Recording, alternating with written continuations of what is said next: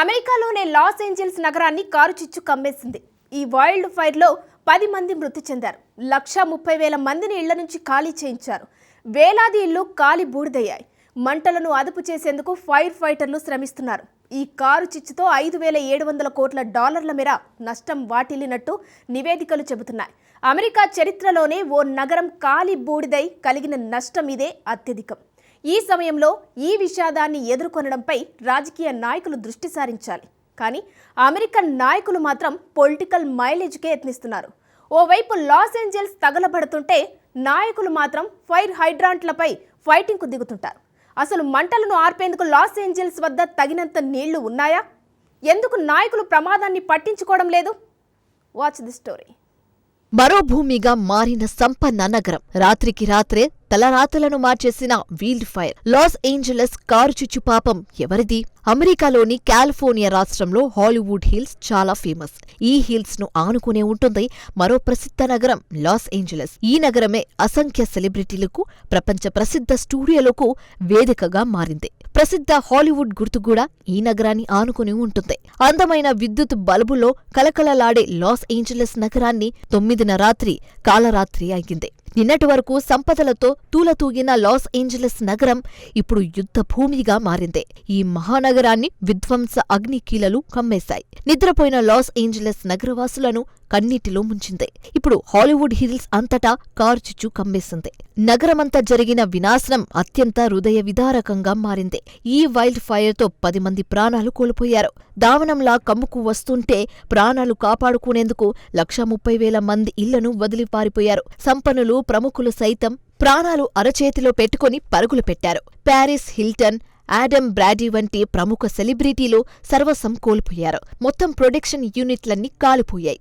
Oscar నామినేషన్లను వాయిదాపడ్డాయి. Cinema కథలతో నిర్మితమైన ఈ నగరం ఇప్పుడు నిజమైన ట్రాజెడీతో పోరాడుతుంది. తాము సర్వస్వం కోల్పోయామని లాస్ ఏంజలస్ ప్రజలు కన్నీటి పర్యమతమవుతున్నారు. లాస్ ఏంజలస్ లో మొదట వీల్డ్ ఫైర్ పెసిఫిక్ తీరంలోని పెసిఫిక్ పాలసాన్స్ ప్రాంతంలో కారు చిచ్చు మొదలైంది.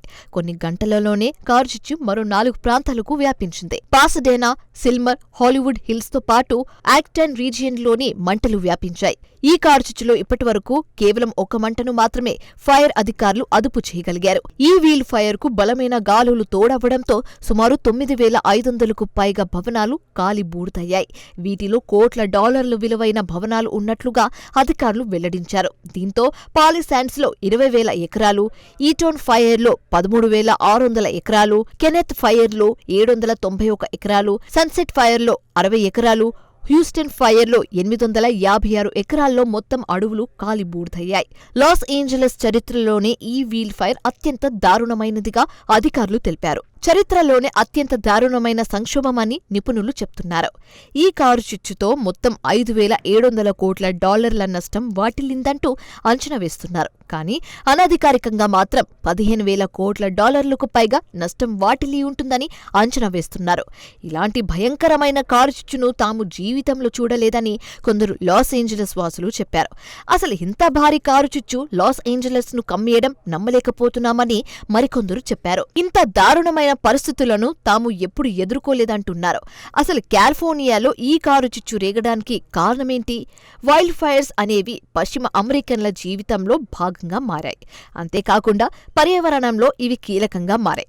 దక్షిణ కాలిఫోర్నియా 2 దశాబ్దాలుగా కరువు కాటకాలను అనుభవించింది. ఆ తర్వాత 2 సార్లు కురిసిన అసాధారణ వర్షాలతో వృక్ష సంపద భారీగా పెరిగింది. అయితే గత 8 నెలలుగా దక్షిణ కాలిఫోర్నియాలో ఒక్క చినుకు కూడా పడలేదు.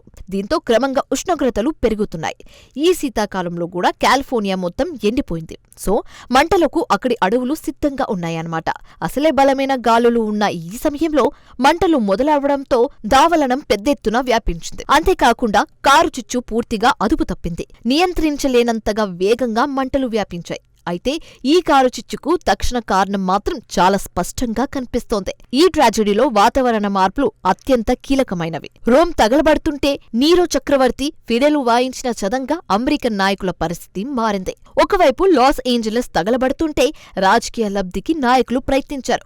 కాలిఫోర్నియాలో డెమోక్రాట్లు అధికారంలో ఉన్నారు. ఆ రాష్ట్ర గవర్నర్గా గావిన్ న్యూసమ్ ఉన్నారు. వాస్తవానికి అమెరికా అధ్యక్షుడు జో బైడెన్ రోమ్లో పర్యటించాల్సి ఉంది. కానీ లాస్ ఏంజలస్ వీల్డ్ ఫైర్ కారణంగా బైడెన్ తన పర్యటనను రద్దు చేసుకున్నాడు. అక్కడి పరిణామాలను ఎప్పటికప్పుడు తెలుసుకుంటున్నారు. కానీ కొత్త అధ్యక్షుడిగా ఎన్నికైన డొనాల్డ్ ట్రంప్ మాత్రం ఈ ట్రాజడీని ఉపయోగించుకొని కాలిఫోర్నియా గవర్నర్పై విరుచుకుపట్టాడు. రాష్ట్ర ప్రభుత్వం అసమర్థమైందంటూ ట్రంప్ ఆరోపించాడు. నీటిని సరఫరా చేసే ఫైర్ హైడ్రాంట్స్ ఎండిపోయాయని ట్రంప్ మండిపడ్డాడు. చిత్తడి నేలలు, వన్యప్రాణాల సంరక్షణకు ప్రాధాన్యమిచ్చే విధానాలను ట్రంప్ విమర్శించాడు. ఈ విధానాలే ఇప్పుడు లాస్ ఏంజలస్ ను బూడిద చేశాయంటూ ట్రంప్ వాదించాడు. ప్రపంచంలోనే అత్యంత ఖరీదైన ఇల్లులు ఇప్పుడు పూర్తిగా నాశనమైనట్టు ట్రంప్ ఆరోపించాడు. ట్యాక్స్ చెల్లించే ప్రజలు ఇప్పుడు బాధితులుగా మారారని చెప్పాడు. సగానికి పైగా ట్యాక్స్ పడిపోతుందని ట్రంప్ ఆందోళన వ్యక్తం చేశాడు. ఇది పూర్తిగా కాలిఫోర్నియా గవర్నర్ తప్పిదమేనని తేల్చి చెప్పాడు. కనీసం మంటలను ఆర్పడానికి కూడా అక్కడి నీళ్లేవని, ఫైర్ హైడ్రాంట్స్ ఎండిపోయాయని ట్రంప్ ఆరోపించాడు. ట్రంప్ వ్యాఖ్యలు కొత్త వివాదాలకు దారితీశాయి.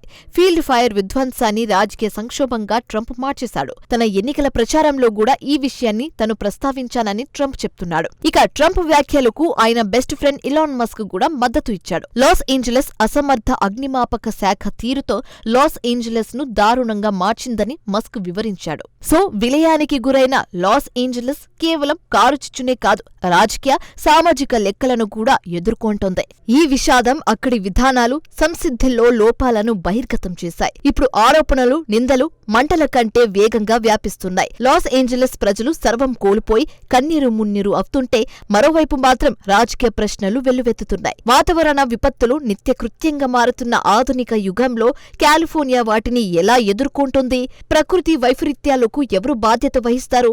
ఎందరో కలలపై నిర్మించిన నగరం భవిష్యత్తును వీల్ ఫైర్ ఎలా మార్చబోతుంది? ప్రస్తుతానికి లాస్ ఏంజలస్ మంటల్లో తగలబడుతుంటే అందుకు సమాధానాలు వెతకకుండా ఈ రాజకీయ విమర్శలు ఏమిటంటూ అగ్నిమాపక సిబ్బంది ఆగ్రహం వ్యక్తం చేస్తున్నారు. ఇదిలా ఉంటే ఒకవైపు మంటలు రేగుతుంటే కొందరు దుండుగులు దోపిడీలకు దిగారు. సుమారు 20 మంది దోపిడీదారులను పోలీసులు అరెస్టు చేశారు.